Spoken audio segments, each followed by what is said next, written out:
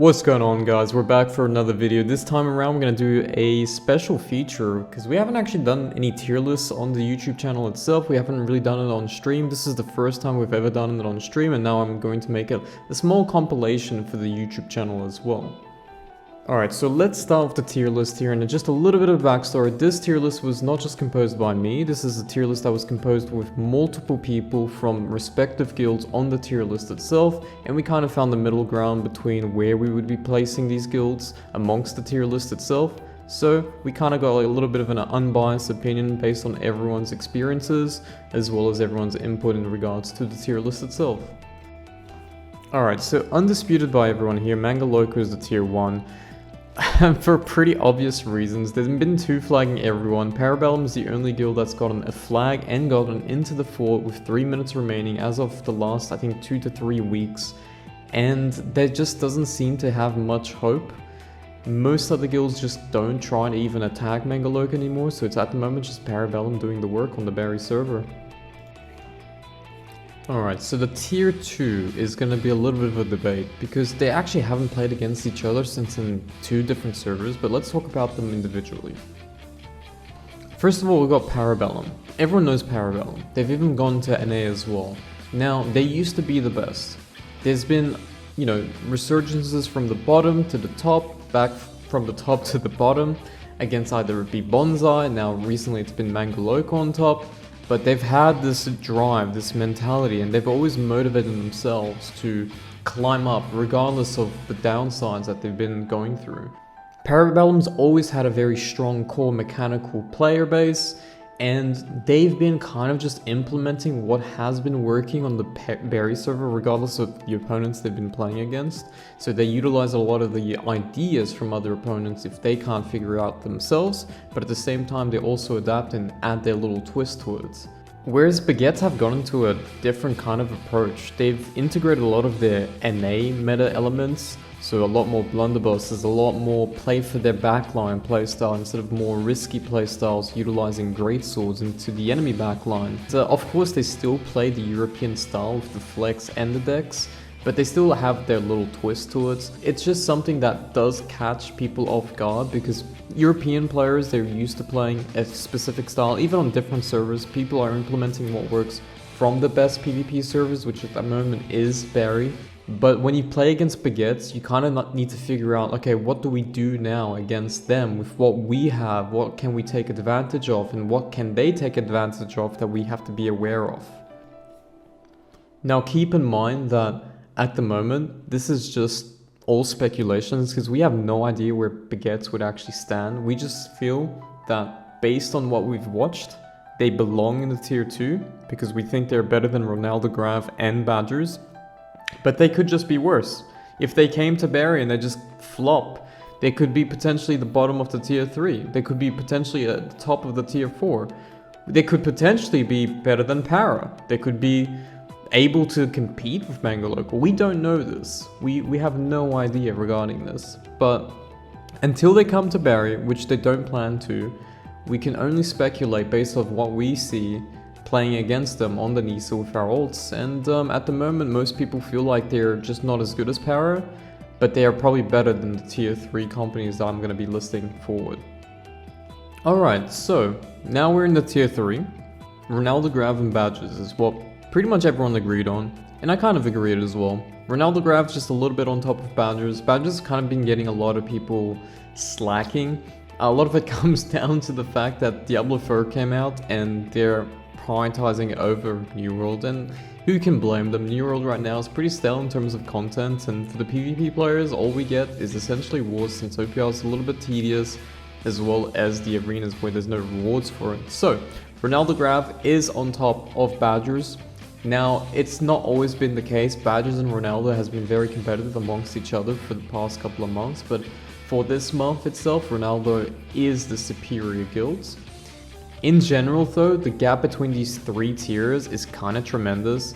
We're talking about tier 1 to tier 2, most wars Manga are defending, they're either 2 flagging them or 1 flagging them, And then after that, on the attack, even though Manga Loco has lost a couple of wars on the attack against Parabellum, they eventually have surpassed them. Parabellum's very solid still as a guild, especially on the fort defense.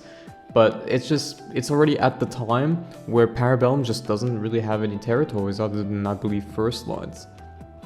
And for the tier 3 and the tier 2, I feel like it's the same thing as well. Parabellum is just way better. Yes, Ronaldo Grav did defend against them twice, but they got into the fort so quickly and they had so much tech so many of the times. Eventually, the next war after that, they just stampeded over them within, I think, 15 minutes, give or take. And I just don't see how Ronaldo or Badgers would even get inside of the fort against Parabellum. So there is a big disparity between each tier at the moment. Alright, so tier 4. Obviously, I'm also in Abaton, I'm on Asgard, I'm on Nisa, I'm on Barry, I even had an account on Castle of Steel, so I have a lot of experience on a lot of different servers, but I wouldn't be able to judge Unleashed, for example. Never versed them, never played with them. They're from Nisa. They're supposedly the third best or second best company on Nisa here, and the other companies here, EU God, they went to Barry, this is the American guild, and they've lost to Badgers. So it's only fair that they're going to be a tier less or at the bottom of tier 3.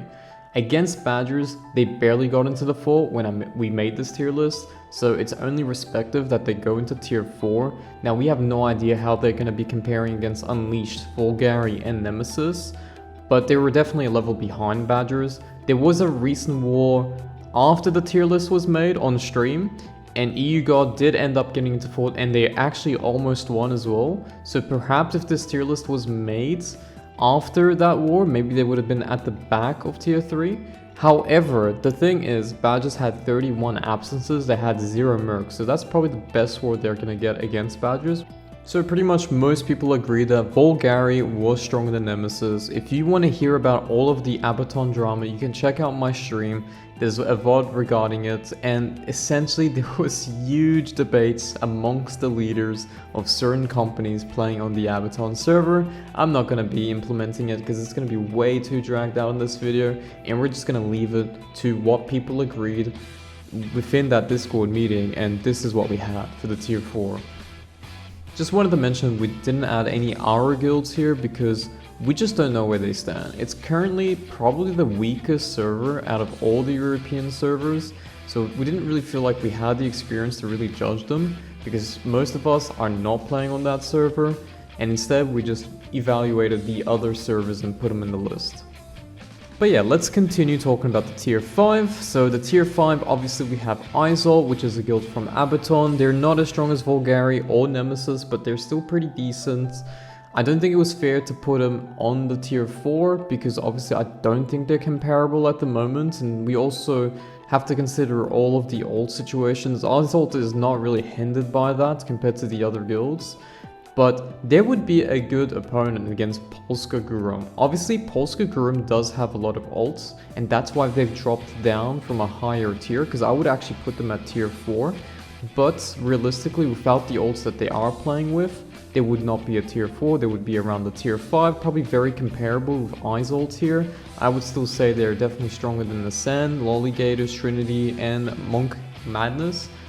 But it's really hard to say, and we're not going to be talking too much about the lower tiers here, so we're going to add the tier 6 in here as well. And of course, like I mentioned before, it's not going to be including all of the ults that would be potentially, and some guilds are just not self-sustainable without those ults.